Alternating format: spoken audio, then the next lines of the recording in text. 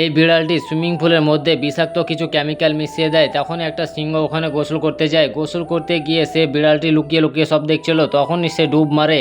ডুব মারার সঙ্গে সঙ্গে সিংহটি সব চুল উড়ে যায়। তখনই বিড়ালটা খুব হাসাহাসি করে আর সিংহটা রেগে যায়। তখন সেই বিড়ালটি সবকে নিয়ে তার মজা উড়াতে থাকে।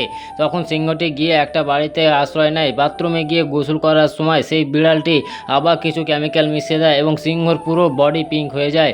তখন খুব রেগে যায়।